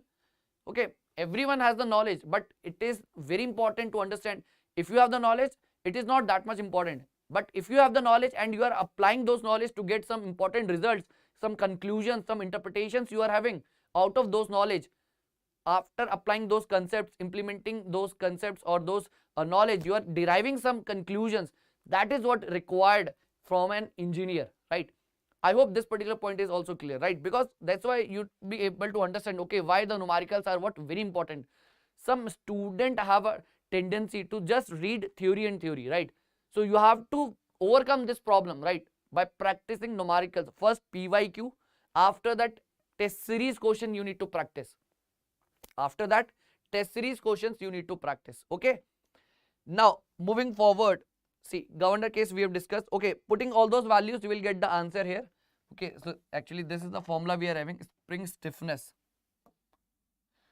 Okay, we'll put all those values here and see what will be the answer.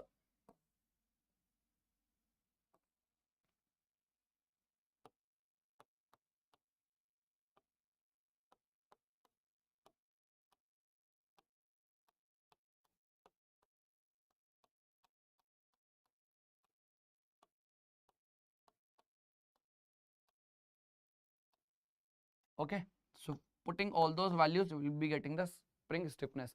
So I will just tell you the answer here. 24.48 is the answer here. Okay, Newton per meter. Okay, that is what the spring stiffness, 24.48 is the answer here. Okay, correct everyone? Is this point clear? Okay, now try to understand this thing. So these formulas are very important. Okay, again we'll see the formulas. Cardinal case Proel what governor. Okay, from here we have the formulas. Okay, we are having the formulas. Now see, for the what governor, 895 by actually it will be what, n square, not w, it is the n square. Okay, it is the n square we are having, not omega square. Actually, when will be the omega square? H divided by g divided by omega square is there. So if you expand all those things, putting the g value 9.81, putting omega as 2 pi n by 60, in that case you will have this h equals to 895 divided by n square. Are you getting the point? So you will put all those things. So finally you will get h equals to 895 after calculating all those things divided by n square. So this is the formula you need to remember. Okay, actually it is what, n square, not the omega square. And this formula, Porter governor formula, you need to remember. Okay, under what condition friction force will be considered as positive or negative? It depends whether the sleeve is moving downwards or upwards. You need to consider the direction of the frictional force, right? You need to consider the direction of frictional force. Why? Because it will be positive when the friction force in the downward direction. When the friction force in the upward direction, it will be considered negative. Clear? So like that you have to remember what Porter governor formula. Then these three cases, yes, again this one is also important. Under which condition this formula is applicable, you need to remember. K value 1, friction force is what ignored. Okay, like this. Now try to understand this point. Then after that we are having the Proel governor formula. You need to understand what is AQ by PQ. If you don't know what is AQ by PQ, in that case you will not be able to understand how to implement these formulas in the numericals. You will not be able to solve the question of the Proel governor, right? So whenever you are remembering or writing this formula, try to get this particular diagram also. Just try to draw this diagram also. Otherwise, you will not be able to understand what is AQ by PQ. You have to draw the diagram. From the diagram only, it will be clear. Okay, AQ is this distance, PQ is this distance. So actually, during the derivation itself, we are having AQ distance and PQ distance. Okay. So someone will ask her why AQ, PQ, why not AC and this AB. So actually during derivation we are getting AQ by PQ. That's why we have written. Okay, someone can mention P as what, R, Q as T, any notation you can have. But for whatever notation you are having, for that you should have the diagram. So that from the diagram you can verify, okay, this is AQ, this is PQ. That's why I am saying drawing the diagram is what very important in case of Proel governor. In case of Proel governor, without diagram you cannot remember this formula. Or if you, even if you remember the formula, you will not be able to apply. Because if you don't know the diagram, no, there is no use. How you can write AQ, PQ without this diagram? So that is what very important point. Okay. And this Hartnell governor, two formulas are what very important. Lift of the sleeve and the spring stiffness. Okay. And this question, very, very important. This question, this Hartnell governor question is one of the most important question from the governor chapter. Okay. So try to again solve this question. If you didn't get the answer in the first time, try to again solve this question on your own and then you can check the answer. Okay, then you can verify your answer here. Okay, everyone. Now, moving forward here. Okay, now again, last thing in the governor. This diagram is what very important. Very important. Okay. This line will show the isochronous governor, this line will show the unstable governor, this line will show the stable governor. Actually, it is what the representation of the stable governor, unstable governor, isochronous governor on the diagram.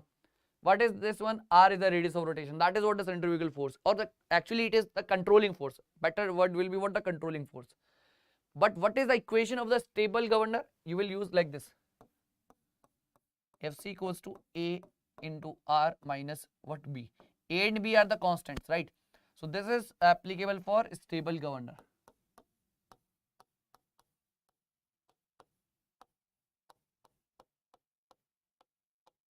Right? After that, Fc equals to A into R plus B.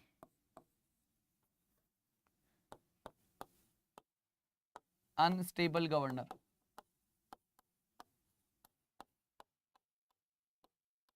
Okay, and finally you are having Fc equals to A into R, isochronous governor.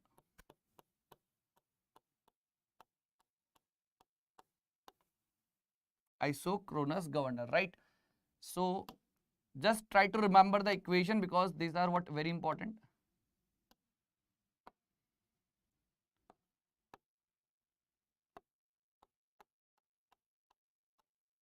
Okay, based on this equation only you will be able to identify whether it is stable, unstable or isochronous governor.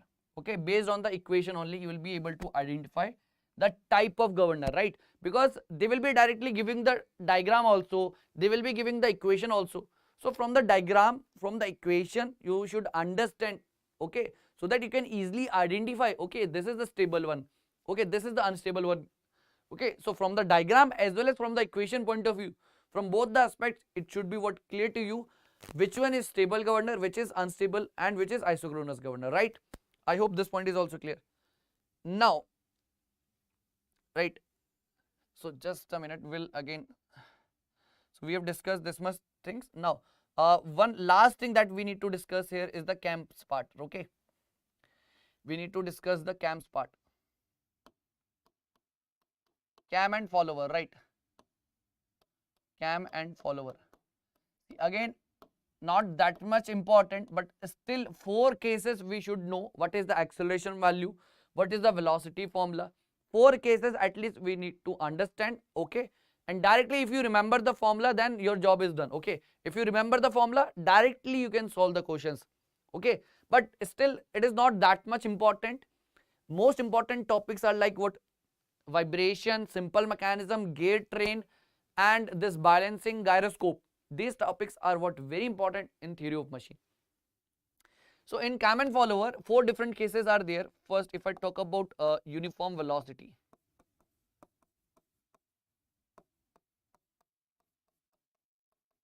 okay, second case uniform acceleration,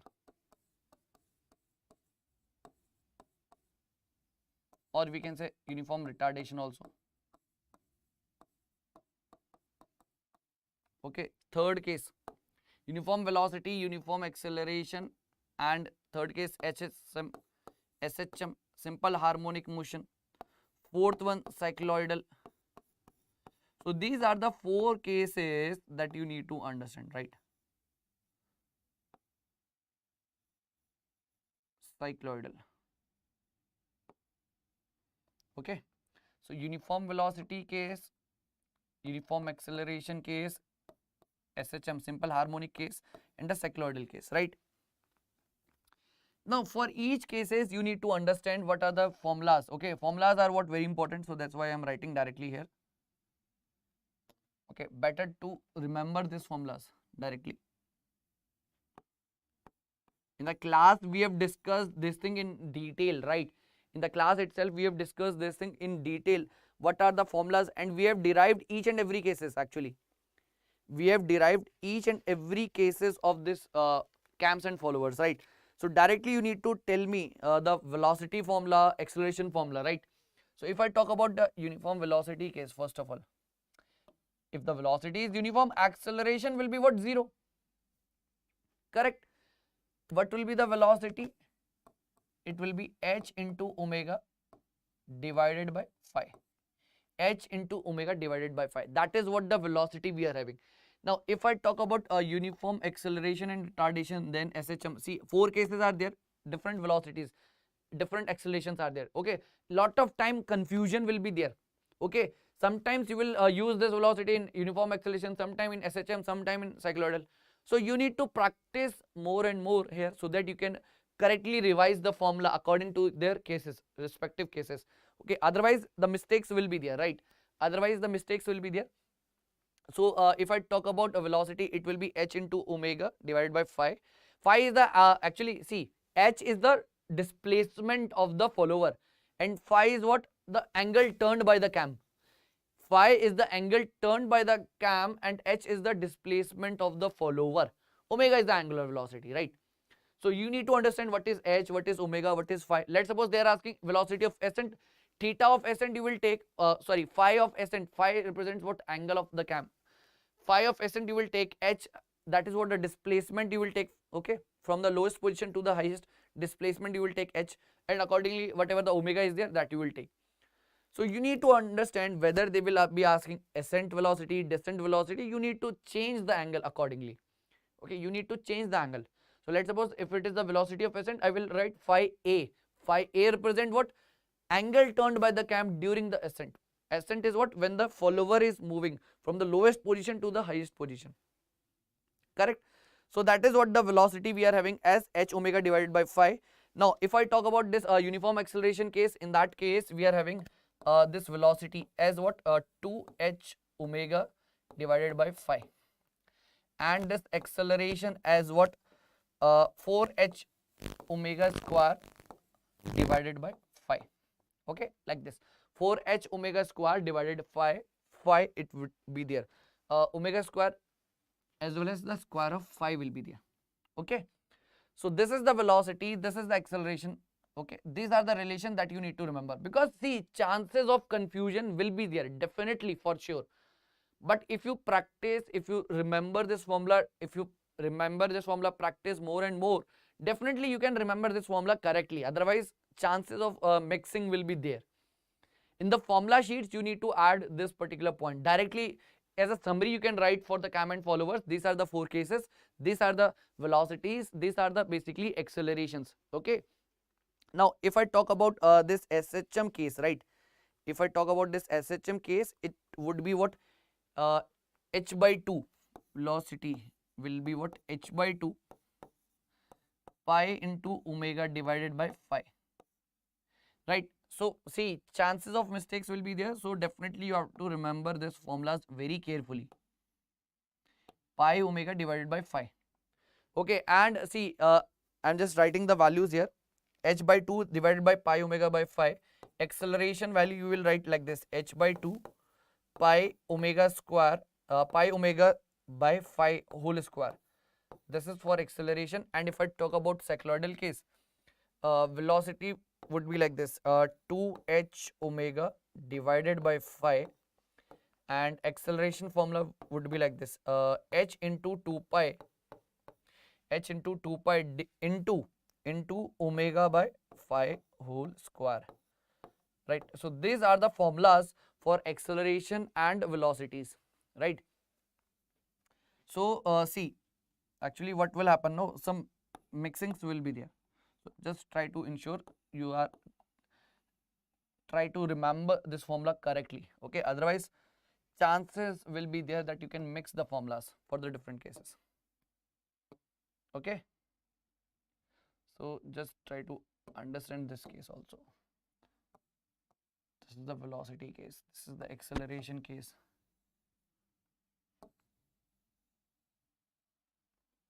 right? So these are the formulas that you need to remember. Okay, these are the formulas that you need to remember, right? So cam and follower, see, we have discussed these cases. Governor we have discussed, right? Here, see, now if I talk about the important points here, important cases, important basically this thing, important topics from which you can expect short numericals, right? That point I will what discuss here. Okay, that point I will discuss. So if I talk about the importance of the chapter in theory of machine, if I talk about the importance of chapter in theory of machine, right? So first importance you should give to this vibration. Okay, then you have to give importance to simple mechanism.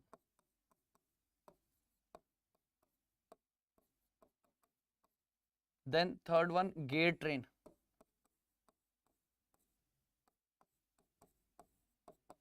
Okay, then if I talk about fourth one, see, vibration, simple mechanism, gate train are all of these 3 points, these 3 chapters are what? Equally important. Vibration, simple mechanism, gate train, all these 3 chapters are what? Equally important. But after that, you can consider this thing. Nowadays, they are asking more of the questions from this gyroscope. Gyroscope, right? Fifth, you can have this balancing. Okay, fifth, you can have this balancing, right? Sixth, you can have governors.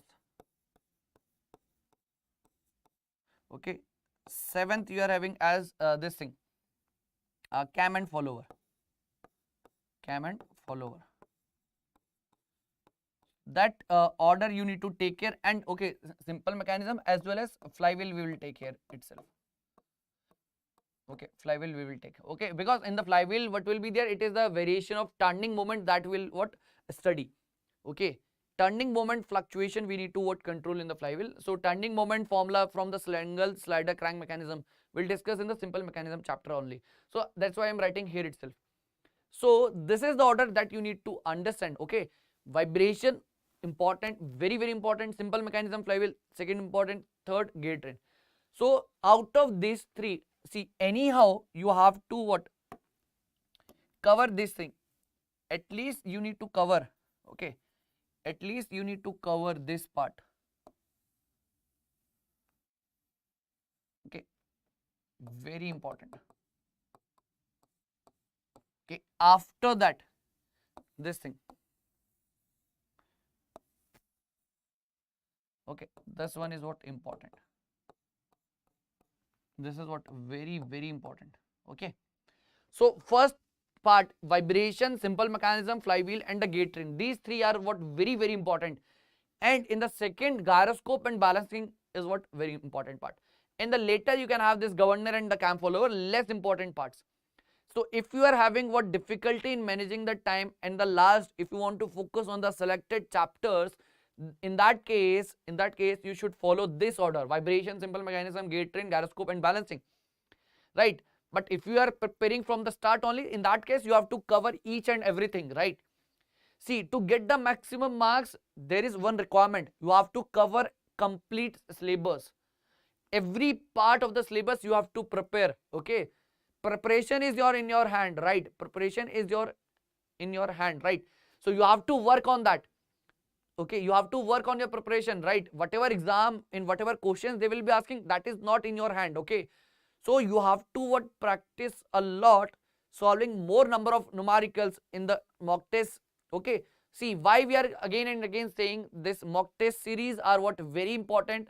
And this time in the IMS GATE Academy, what we have given this mock test to everyone. Okay, we have given this mock test series to everyone. Everyone can enroll in this mock test series. No fee will be charged. It is free for everyone, right? You can enjoy the test series. If you give this test series, you will understand. Okay, different variety of questions they are having. Different variety of questions they are having in every branch. Okay, and you will see. Okay, this type of questions are what having what very high expectations from these questions. I'm having high expectation that they can came in your GATE examination also. These are the questions that we can expect. Okay, such type of questions can come in your GATE examinations. Not exactly, but concept or the framework of the question will be what same. Okay, so like you have to prepare the test series part. Okay, you're in the preparation part, test series plays a very important role. Sitting for the 3 hours, solving questions from different subjects, that is what required.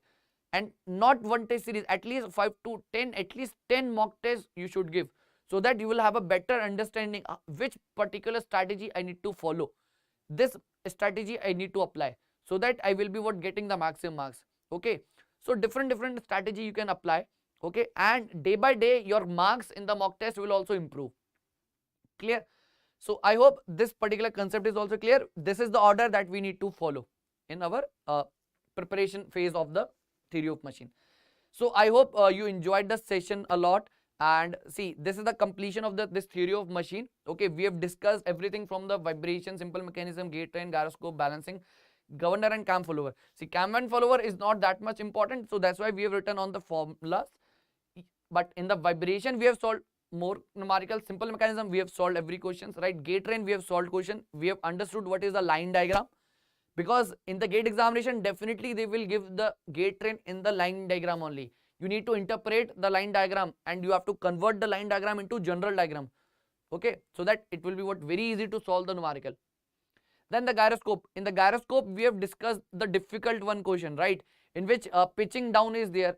Okay, what will be the effect on the ship case we have discussed in the gyroscope. Again, balancing, simple application of mechanics it is. So I hope you enjoyed the session, and all the best from my side. Do your best, try your best and see, prepare hard. Okay, this is the opportunity you are having. Try your level best and be prepared for everything, right? See, you have to work on your preparation. Whatever may come in the examination, that is not in our hand, right? So you have to focus on preparation. Whatever time is left, you have to put all your efforts so that you will get the maximum output from those efforts, right? So all the best from my side. Thank you so much.